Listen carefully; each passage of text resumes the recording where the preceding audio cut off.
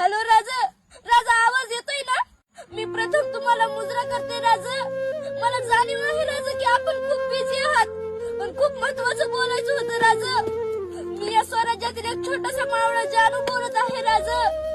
राजा, या देशात सगळं बेताल सुरू आहे राजा. आणि महाराष्ट्राचं तर विचारूच नका. इथं 3-3 वर्षाच्या मुलीवर अन्याय अत्याचार होत आहेत राजा. मेडिकल कॉलेज मध्ये डॉक्टरीचं शिक्षण घेणाऱ्या मुलीवर सुद्धा निर्गुण अत्याचार होत आहेत राजा. नेते मंडळी मात्र लाल दिव्याच्या गाडीमध्ये बसून नुसतं इकडून तिकडे फिरतायत राजा. शेतकरी तर हवालदिल झालाय राजा. घराच्या दाराला बावली लटकावी तसं झाडाला माझा शेतकरी लटकाय लागलाय राजा. 70 वर्षाचा बाप 30-35 वर्षाच्या मुलाच्या चितेला आग लावतोय राजा. राजा, तुम्ही जास्त दिवस जगला नाही तो. 32 वर्षात कधी कोणापुढे झुकला नाही. सत्तेसाठी खुर्चीसाठी हार पत्करली नाही तुम्ही राजा कधी.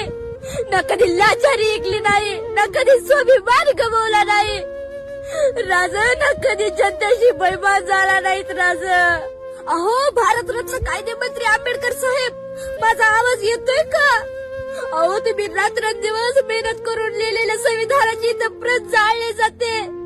अहो दिवसा ढवळ्या लोकांचे सिर कलम केले जातात. सत्तेच्या माझा पोटी इथं कायद्याचा गळा घोटला जातो साहेब, गळा. अरे कुठं नेऊन ठेवलाय माझा महाराष्ट्र?